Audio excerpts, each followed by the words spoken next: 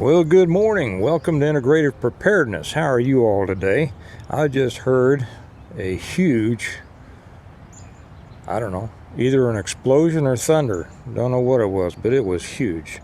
It's not raining on me now, and there's clear skies above, although I see some clouds off in the distance, so I guess I'll know soon enough whether it was thunder or a huge explosion. How are you all today? I hope you had a good Easter. It was great to have some of you join us over on the Stonemont Church channel. I talked about the resurrection story. We read from the books of Luke and John about the resurrection, and it was a wonderful day. I want to talk today about what's going to kill most preppers. You know, I've been in this business for a long time. You hear that?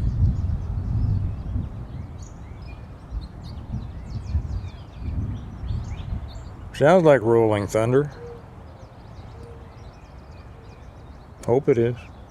Because if that's not, I don't want to see what it is. I've been in this business a long time. I started writing my books in 2015. First one came out in 2017, The Reversion. And of course, I was involved in preparedness long before that. Been teaching this stuff for a long time. And I have come to see the things that are drawbacks to so many who consider themselves preppers. And these are the things that are, again, going to get most of them killed. I think that most preppers think that they have a higher chance of survival than the average bear. I don't think they do. I'll be real honest. And so I want to talk to you all about that. Heard that? Today, first, before we get into it, I want to give a special shout out to all the Stonemonters. My gosh, you guys are blowing the books off the shelves. I got it today. I told you last week we ran out of books again. We got a bunch shipped out. Ran out of books again. I put in a huge order, waiting for that to come in, and on the 19th of April. So if you don't have your books here, sometime this week, yours is coming out of the next bunch. And when I checked, I don't check over the weekend. It was Good Friday and Saturday and Easter. And when I checked this morning, my gosh, there were so many orders coming in. I think it's used up all of that order I just put in. So I'm going to have to put in another big order today. Thank you all so much. By the way, for those of you who may not know what I'm talking about, I'm talking about my books, the Stonemont series. Available. It's been available on Amazon for years, each one as they came out, of course, and in paperback or Kindle. But just recently, I think several weeks ago, we got our website up, stonemont.us, and whereas people had been able to get autographed copies from me before by mailing me a check and a little note inside and saying, "Hey Steve, would you make it out to me or Uncle Bob," or whatever like that. Now you can do it from the website, so you don't have to. You can just sit right there. And before I hadn't been able to take credit cards or anything like that. Just send me a check. But now you can do it all online. You can order it on the website, and there's a place for you to put who you would like me to make it out to, who you would like me to sign it to, and you can get everything done right then. So that is really cool, and it is just exploding. So now you can get them all: the Reversion, the Revival, the Renewal, and Appeal to Heaven, the Blessings of Freedom, and this latest one that just came out recently that's just blowing the dickens out of everything, Hostages to Fortune. What this is, and this is what we're going to talk about, this is the complete plan in novel form of how to prepare for, how to survive, and how to rebuild after a total collapse. Okay. And after I get done here, by the way, hopefully I'm going to spend the rest of my day getting the garden ready. We'll see what the rain says. But after this, I'm going to make a video for the folks over on the Patreon channel, and I've got several selections to choose from. I've got Murphy wants me to talk about shotguns during SHTF. Yeah, I have a lot of thoughts on shotguns. I like shotguns. I love shotguns. Coming from a law enforcement background, we used shotguns. Shotguns were what we trained on, a 6-shooter and a shotgun. And I'll tell you what, more people ought to really understand the capabilities of a shotgun. I know that the new has been the popular thing, but shotguns bring a whole lot more to the table than most people think. I was going to tell a story about a guy I know, another one, who was an IRA train robber. Yes, train robber. That's a funny story. Funny story. He was telling me one night at Pater O'Donnell's in Derry. And so I'm going to tell that. I'm not sure which one I'm going to do today. And then I'm going to do another one where somebody asked me about hardening your house, hardening your property. I think all of those are just going to be going on Patreon. So if you're not with us on Patreon, the link on how to get to the channel is down below. Come over to us. It only costs you $1 a month. And you're going to get a lot more out of it. And I tell you what, we've got such a community over there of very bright people. You're going to get more than just what you get from me. You're going to get a lot from people who know things that you need to know. Okay. People love lists. They love top 10 things, top 5 things, the top 5 guns, the top 10, I don't know, cans of Spam, whatever. People love that. But, I did realize as I was mulling over things that there are basically 3 reasons that most preppers are going to die. And we might be able to bring them together later in the video to tie them up in a one little bow. We'll see how that goes. But they really are the things that, in my opinion, are going to be the cause of the demise of 90 to 95% of the preppers out there, just like the same ratio that they tell us are going to die from a general population if everything goes to the dickens. The first of that is that they don't think or plan widely enough. Many, if not most preppers, or who, I hate that word, but I'm going to use it. Got to use it. Everybody knows what it means. Most preppers, they latch on to a favorite scenario, their favorite problem, their favorite catastrophe, the one thing that they think, for whatever reason, and when you really ask a lot of them about this, and I have, because I've been at this for a long time, and I'm a writer. I write books about this stuff. I say, what made you come to that conclusion? And either will finally get down to the point where, well, I don't know, I just think so. Okay, that's not much of a foundation to build your preparedness posture on, is it? Or it was just something that scared them, and they got into it, and they did so at the expense of many other things. So they've latched onto this favorite scenario, which has kept them somewhat, minutely focused, and to the point that where it becomes an obsession, first a hobby, and then an obsession. And that could be guns, it could be gardening, it could be, stocking food, it could be medical, it could be, stocking precious metals, and it comes down to that old, when all you got's a hammer, everything looks like a nail. Or I'd turn it around and say, when the only problem you see is a nail, okay, the only solution you're going to think about is a hammer. And that's the number one danger, that they don't, most people simply will not branch their thinking out to the point to where they are willing to consider, the very wide spectrum of things for which they actually should prepare. And this is what I stress in integrative preparedness. I've said this many times before, that the concept of integrative preparedness is preparing in such a way that everything works together so as to be able to enable you to live outside the dependence on those external interrelated systems over which you have little or no control. And here's the thing, and also not only to prepare you to live well, as we always say at the end of every video, to live well after a total collapse, but to live better now. So pretty much everything you do is a dual purpose, dual use.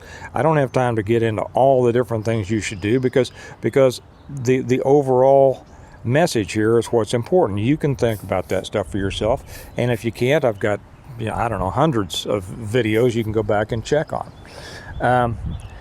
So they don't think wide enough. Secondly, they don't think deeply enough. They don't go down to the next level, to the next level, to the next level, to the next level. Okay, if somebody's going to stock food, they may not stock. They might not understand all of the things that you will need to be able to do the best at that. And if you're thinking widely enough, it becomes more difficult. The more widely someone thinks, the more difficult it is to go deeply into all of those different, potential problems. So they just don't think deeply enough because it's so much fun splashing around on the surface. Oh, I got this. I got this new gun. It's really cool. And now, instead of saying, okay, now I'm going to get 5 more, baseline rifles, I'm going to get a suppressor. I'm going to get another suppressor. I'm going to get all these cool things because that's what's cool. See, everybody's talking about the bros that I talk to. They're always talking about suppressors. I see these cool videos on YouTube about guys with suppressors. I see these cool ads in the magazines about suppressors. Got to have a suppressor, and they don't see what that one item. First off, that one item really elevates you on whatever lists might be out there, right? But they don't see how spending that money on those things has disabled them from being able to prepare deeper in the basics. Does that make sense? Okay. So getting those basic things, spreading out the basics, living life well, surviving well, really is about the basics. It's not about the frou-frou stuff. It's not about the bells and whistles. It's not about the shiny baubles. It's about the basics, and that's always been the way. So the more basic you are, the wider you're going to be able to spread your efforts over that preparedness spectrum, right? The more you concentrate on one, the less you're able to go wide, okay? And if you go deeper, the less you're able to go wider even within that main field. Do you see what I mean? I'll just use guns as an example. It could be any number of things, okay?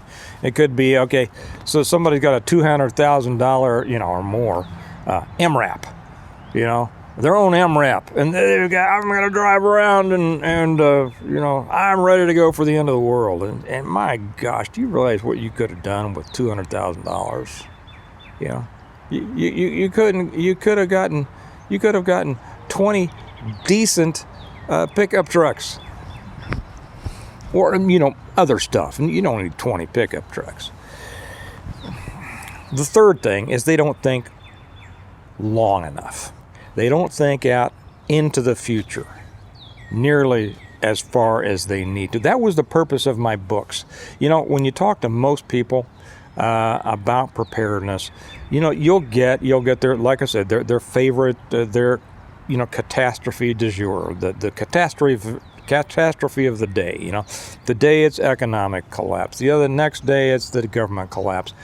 The next day it's RAL. The next day it's ARAL, excessive rule of law. The next day it's invasion from the southern border. The next day it's Chinese paratroopers, jumping into next door's backyard, whatever. And it just drives people to where they, again, like I said, they love splashing around on the surface, with all their inflatable toys, and they simply won't. They don't think, deeply enough, but then they don't think, well, what's next? What is next? And the real challenge of total preparedness is the constant then what? Then what? Okay, that's it. This is how I wrote, when I wrote the reversion, came out in 2017. It was pretty much everything that you could possibly need to know about preparing for the big one, EMP, or actually CME. Everything goes down. It says right on the front, when the world collapsed, some were ready to start over. This tells you exactly what to do to start over, how to prepare, how to survive, how to start over. But you know what? How did one book become so far 6 books? And I'm writing the 7th one right now. All of these were then whats. Then what? Okay, now we've survived it, but then there's more stuff coming because life goes on, right? History goes on. Things happen. People are out there. There are good people. There are bad people. And that's what this is about. This is about good people, bad people, and the good people kicking the asses of the bad people. And doing it, in a good way. Plus, it's a great story. Love stories. It'll make you cry. It'll make you laugh. It'll, a lot of people have said that, not me, but they're right. But this is all about then what? How do you reestablish things? And most people simply don't want to go that far down that road. And that's where they're going to be tripped up. That's where they're going to die. If and when it all comes down, and I always say prepare for an EMP or a CME, because we're pretty much, first off, if you're prepared for that, you're prepared for anything else. And yes, anything else. There have been people who said, well, yeah, but it doesn't prepare you for such and such, and I'll explain exactly how it does. Okay, so but those are the contrarians, the argumentative people. But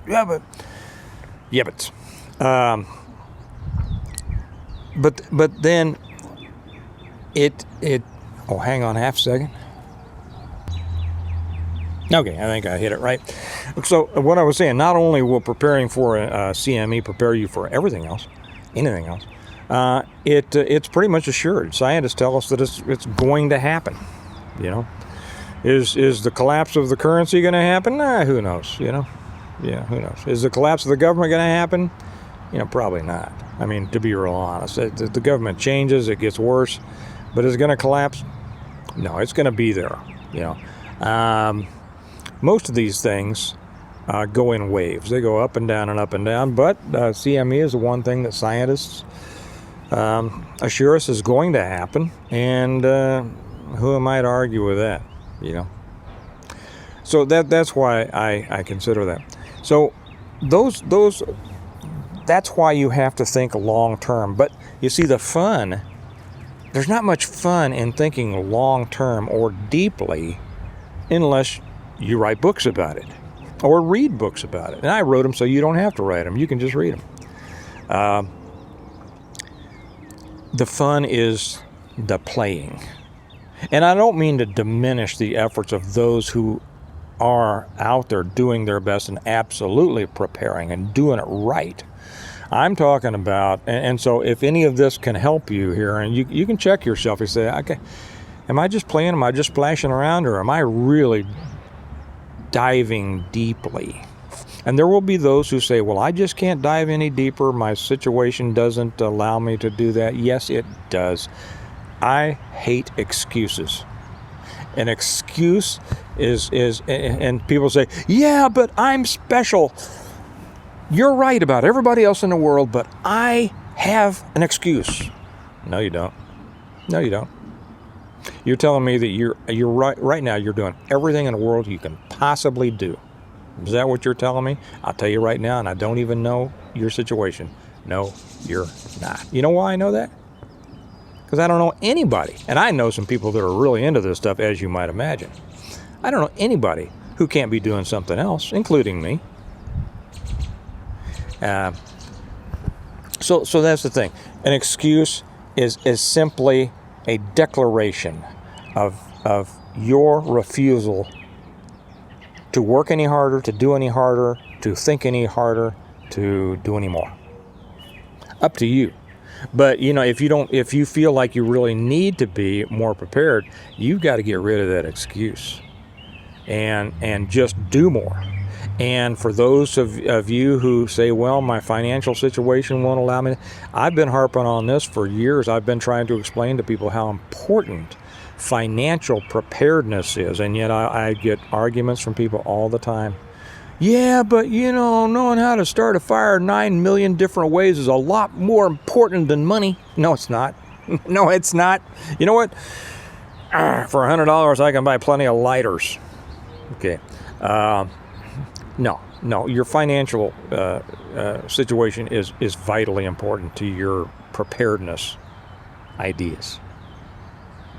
Your financial strength is vitally important to your preparedness stance.